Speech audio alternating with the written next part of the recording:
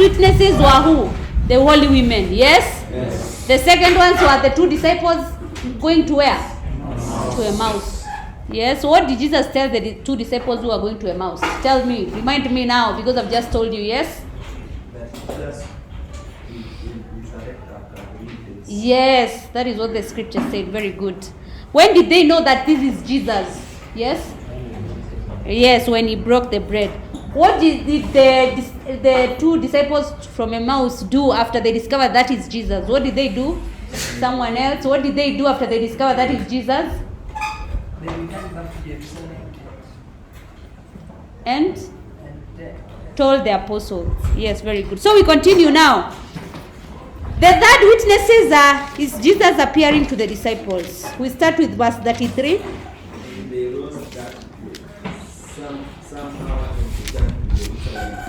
And they found the 11 gathered together, and those who were with them, who said, "The Lord has risen indeed, and has appeared to Simon." Then they told what had happened in the Lord, and how he was known to the in the breaking of their bread. As they were saying this, Jesus himself stood among them. But they were startled and frightened, and supposed that they saw a spirit. And he said to them, "Why are you troubled? And why do you questioning rising in your hearts? See, my hands and my feet are here. That is I myself, handling you and see for I still have not flesh and bones and see that I have.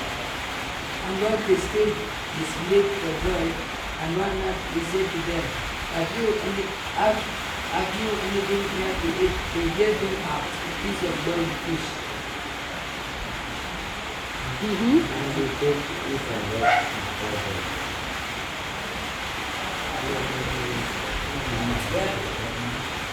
Then he said to them, These are my lambs which I told to you, but I saw to you that the children taken about me in the Lord of Moses and the prophet and the sons of the